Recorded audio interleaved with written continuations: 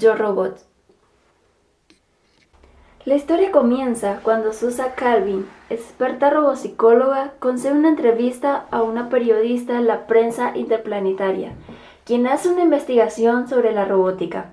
Aquí ella le narra la evolución que han tenido los robots a través del tiempo, desde los más sencillos hasta los más sofisticados. Esto lo hace contando diferentes relatos, de manera casi anecdótica. Así comienzan los 9 cuentos de ciencia ficción que componen esta novela.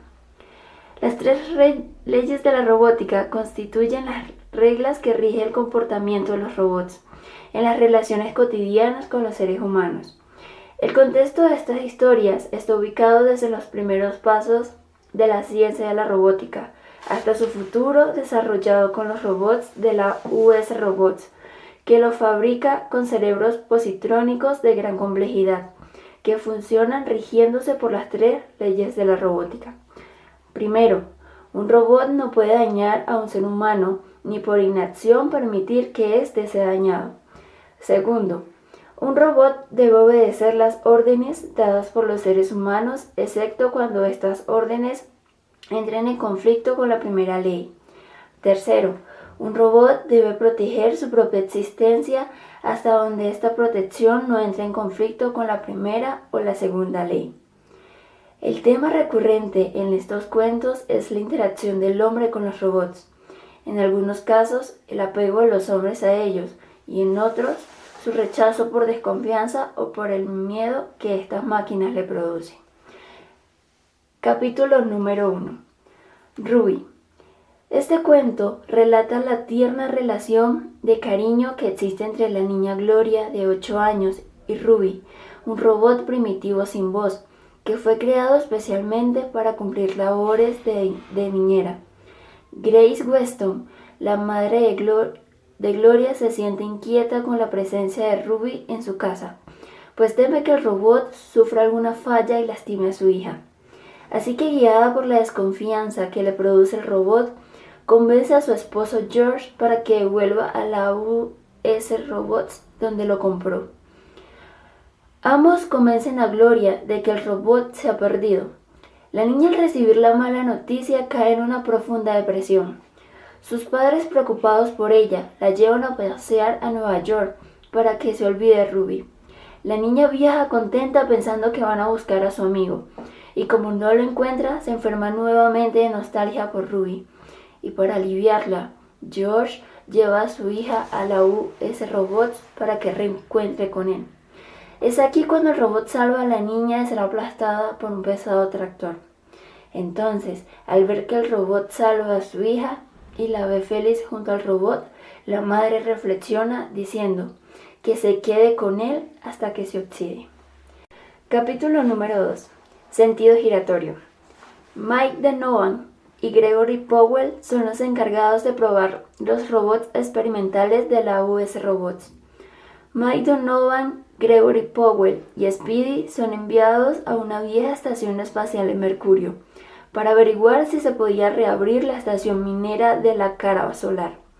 Pero cuando envían a Speedy a sacar selenio del pozo más cercano a la estación, necesario para restablecer la barrera de fotocélulas que los protegía del abrasador sol del Mercurio, comienzan los problemas, ya que el robot no extrae selenio del pozo y comienza a girar en torno a él. Entonces ellos tratan de resolver este conflicto, que tiene que ver con la confusión que Speedy sufre al contraponer la segunda ley, orden de Donovan, con la tercera ley de la robótica, pues estas dos entran en conflicto debido al peligro que había en el pozo por la emanación de hierro carbonilo, el que podía correr al robot. Por esto Speedy entra en un estado de ebriedad que le impide acercarse al pozo y se mantiene a una distancia en que los potenciales de ambas leyes se mantienen en equilibrio. Al darse cuenta que Speedy no regresaría, Donovan y Powell comienzan a idear un plan para traer de vuelta al robot y llegan a la conclusión que solo usando la primera ley se podría romper el equilibrio. Entonces Powell decide exponerse al quemante sol del Mercurio con la idea de que Speedy lo salve antes que muera calcinado, y así sucedió. Luego, al regresar a la estación, Donovan manda a Speedy a conseguir el selenio a toda costa para reparar la barrera de fotocélulas. Capítulo número 3. Razón. Medio año más tarde, Mike Donovan y Gregory Powell se encontraban en la estación solar número 5, probando a un nuevo modelo de robot experimental, el QT-1. QT era el modelo más perfeccionado y lo estaban probando para dejarlo a cargo de la estación solar número 5. Pero aquí apareció un nuevo problema a resolver para estos expertos en robótica. El robot comienza a pensar en el origen de su creación y se niega a aceptar que ha sido creado por seres humanos, ya que se considera más perfecto que los humanos. Así que llega a la conclusión que fue creado por un ser superior, y para él ese ser superior es el transformador de energía de la estación, al que él llama Señor. Entonces se rebela contra la autoridad de Gregory y Mike y toma el mando de la estación. Los científicos, luego de darse cuenta que Cutie la dirige bien, lo dejan a cargo de ella. Así Cutie dirige la estación pensando que está sirviendo a su señor. Capítulo número 4. Atrapa esa liebre. Luego de 6 meses de vacaciones en la Tierra, Mike y Gregory volvían a otra de sus misiones, esta vez en la estación minera de un asteroide, probando a un nuevo robot, el DB-5, fabricado por la US Robots para trabajar en las minas del asteroide. El DB-5 era un robot múltiple que tenía 6 robots subsidiarios controlados por él, por medio de sus cerebros positrónicos. Dave y sus robots subsidiarios trabajaban eficientemente en la mina mientras eran vigilados, pero a veces dejaban de extraer el mineral cuando no eran supervisados. Así que Donovan y Powell debían averiguar dónde estaba la falla y corregirla. Buscando el error de fabricación, sometieron a Dave a varias pruebas matemáticas para ver cómo funcionaba su cerebro. Todo andaba bien en su cerebro positrónico, así que debían seguir indagando para encontrar la anomalía. A Mike se le ocurrió la idea de que Dave mentía de momento que se le preguntaba qué sucedía, cuando no trabajaba, y él contestaba que no recordaba nada. Pero descartaron la idea de la mentira, porque Dave no podía mentir si ellos le ordenaban que dijera la verdad. Powell instaló una biciplaca en su escritorio, enfocada hacia la mina para vigilar a los robots. Así observaron que cuando los robots no trabajaban, marchaban de forma militar. Capítulo número 5. Embustero. En este cuento, los expertos en robótica, Lanning, Boher, Ashley y la robopsicóloga Susan Calvin, tratan de averiguar dónde está la falla de fabricación que presenta uno de los robots del modelo RB Herbie. Luego que Ashley descubriera que tenía la habilidad de leer el pensamiento humano.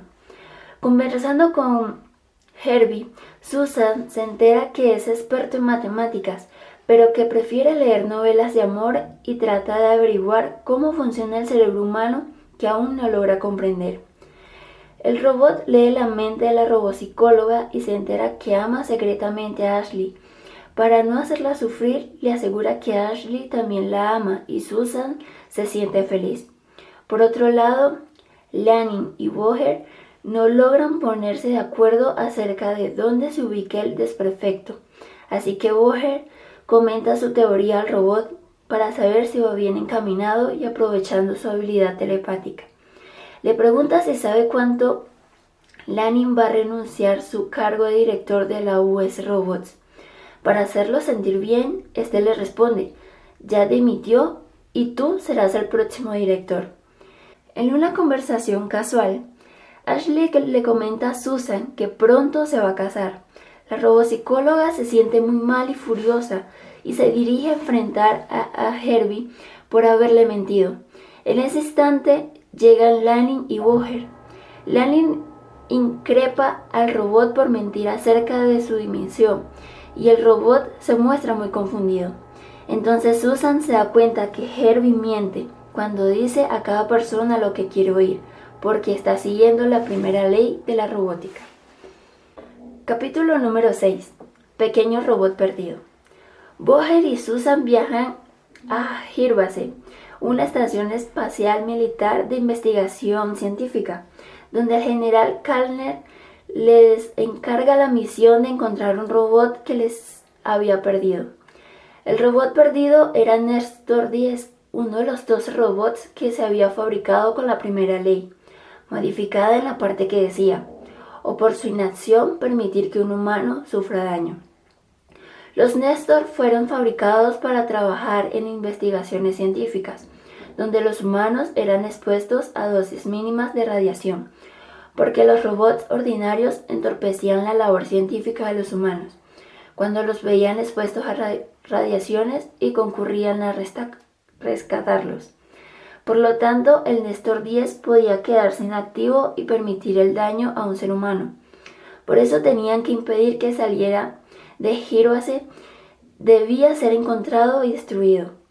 Cuando interrogaron a Gerald Black, el científico que trabaja en el robot, se enteraron que el científico en un momento de ira lo insultó y le ordenó perderse.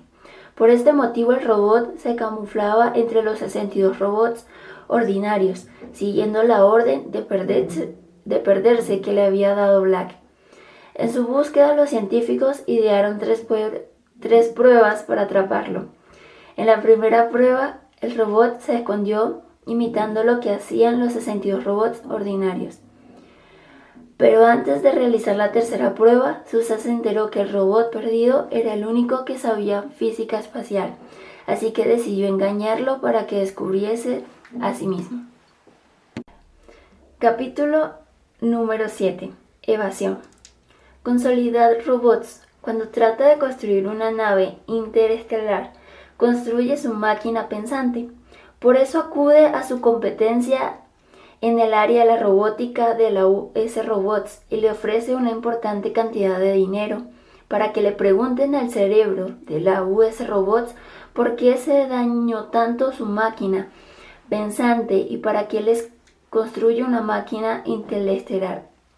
Susan Calvin le plantea el problema al cerebro, pero como temen ser objeto de un engaño de parte de su competencia, cuando introduce la información dentro de la máquina, le pide que le reste importancia al hecho de que en la solución del problema puede haber peligro de muerte para los seres humanos. En el momento de procesar la información, el cerebro se siente perturbado. Cuando se enfrenta al dilema de la muerte de los seres humanos y trata de evadir la situación de una forma humorística, así que construye una nave que a simple vista no podía despegar, ya que aparentemente no tenía motores ni controles. Eso es lo que pensaba Donovan y Powell cuando fueron a inspeccionarla y se encontraron sin querer viajando al espacio y desde la Tierra nada pudieron hacer para impedirlo. Ni siquiera se pudieron comunicar con ellos por la radio, ya que el cerebro era quien controlaba la nave y la situación. Durante el viaje se produjeron 2 saltos interestelares, uno en el viaje de ida y otro en el viaje de vuelta, donde Donovan y Powell mueren momentáneamente.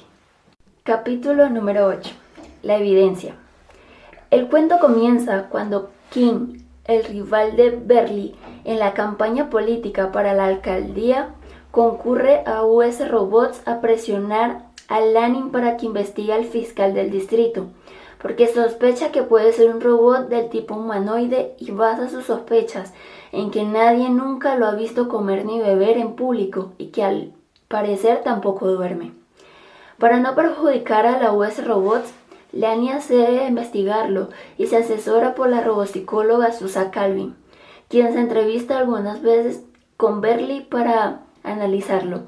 En una de sus entrevistas lo insta a comer una manzana, lo cual la deja un poco tranquila, pero no convencida todavía de que no es un robot. Por otro lado, King acosa a Berly, interviniéndole la línea telefónica y enviando a registrar su casa en busca de evidencias que prueban su teoría, y además, sin que se dé cuenta, el fiscal es sometido a un análisis de rayos X por parte de un periodista para ver si en su interior había cables o vísceras, pero la radiografía no salió porque Berly usaba una coraza protectora contra radiopenetración. Entretanto, el público se entera de la teoría de King, de que el candidato favorito por ellos podría ser un robot, y comienza a dudar si votar por él. Una semana antes de las elecciones, Berly dio un discurso en público. La gente enfervorizada no lo escuchaba, pero de pronto un hombre lo hostiga para que le pegue. Entonces el candidato se ve obligado a golpearlo, y este simple hecho lo libera de las sospechas de King, ya que al golpear al hombre, si fuera robot, estaría incumpliendo la primera ley.